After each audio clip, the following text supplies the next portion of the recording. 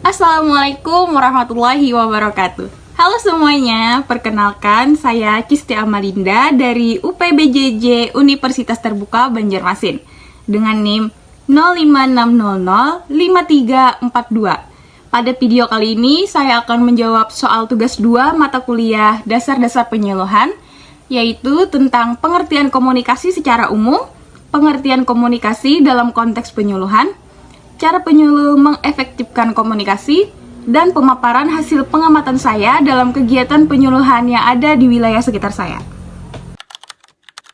Yang pertama, kalau kita bicara soal komunikasi secara umum, intinya adalah bagaimana satu pihak menyampaikan pesan ke pihak lain supaya tercipta saling pengertian.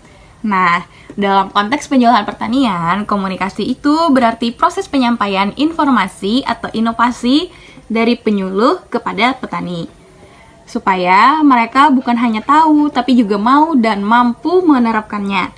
Misalnya ketika penyuluh menjelaskan cara pakai pupuk organik dengan bahasa yang sederhana dan mudah dipahami oleh para petani. Yang kedua, kita juga perlu memahami manfaat dari cyber extension.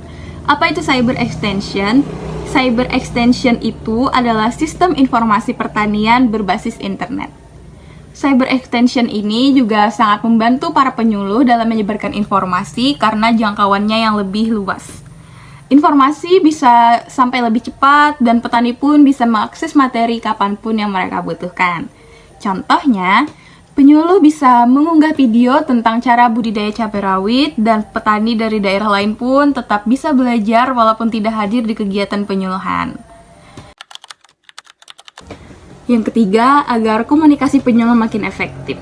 Ada beberapa cara yang bisa dilakukan, mulai dari memakai bahasa yang sesuai dengan tingkat pemahaman petani, menggunakan media visual seperti gambar dan video, sampai mendengarkan umpan balik dari petani. Itu tidak kalah penting ya. Penyuluh juga harus membangun hubungan yang akrab agar pesan yang disampaikan lebih mudah diterima dan dipercaya. Berdasarkan pengamatan saya pada kegiatan penyuluhan cabai rawit di Desa Hiung, Kalimantan Selatan, inovasi yang diperkenalkan adalah penerapan irigasi tetes dan penggunaan pupuk organik. Tujuannya untuk meningkatkan hasil panen sekaligus menghemat penggunaan air. Saat ini, petani di sana berada pada tahap penilaian dalam proses adopsi inovasi karena mereka mulai tertarik dan mempertimbangkan untuk mencoba setelah melihat keberhasilan petani lain. Ada juga beberapa faktor yang memengaruhi cepat atau lambatnya adopsi inovasi. Misalnya, tingkat pendidikan para petani, ketersediaan modal, dukungan dari penyuluh, bukti nyata keberhasilan inovasi, serta komunikasi antar petani yang bisa membangun rasa percaya.